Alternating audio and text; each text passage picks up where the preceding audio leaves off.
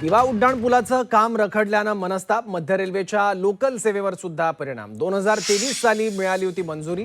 ठाणे महापालिका आणि रेल्वे प्रशासनातील विसंवादामुळे काम रखडलं. काम रखडल्यानं नागरिकांचा संताप. याचा आढावा घेतलाय आमचे प्रतिनिधी शुभम कोळीनी.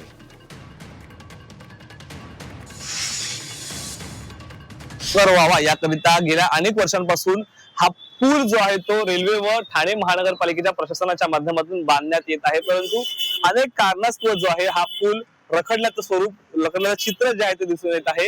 या पुलाच्या बाजूला आपण पाहत असलेल्या या इमारती आहेत. या इमारतींमध्ये देखील तोडक कारवाई जी आहे ती महापालिकेने केली होती, परंतु या कारवाई दरम्यान देखील अनेक नागरिकांची घरं जी आहेत बाधित झाली होती. त्या बाधित नागरिकांनी जे आहे ते वारंवार प्रशासनासोबत वारंवार तक्रार करून कागदपत्री पाठपुरावा करून जो आहे तो मोबदला देण्याची मागणी ती आहे ती केली होती, परंतु कोणताही प्रकारचा मोबदला या स्थानिक नागरिकांना जो आहे तो दिला गेला नाही. आणि त्याचमुळे मोठ्या प्रमाणामध्ये हा पुलाचं काम जे आहे ते गेल्या अनेक वर्षांपासून जे आहे ते रखडल्याचं चित्र दिव्यामध्ये जे आहे ते पाहायला मिळतं. आणि त्याचमुळे दिवा वासियांना जे आहे ते दिवा रेल्वे स्थानकातून तब्बल ईस्ट ते वेस्ट म्हणजे पूर्व व पश्चिमेकडून जाण्याकरिता तब्बल 10 रेल्वे रुळ जे आहे ते ओलांडावी लागत आहे. आणि त्याचमुळे मोठा फटका दिवावासियांना असेल किंवा पादचारी नागरिकांना असेल, त्याचबरोबर दुचाकी असेल किंवा चारचाकी वाहन चालकांना देखील मोठ्या प्रमाणात बसतोय. त्याचबरोबर येणाऱ्या काळामध्ये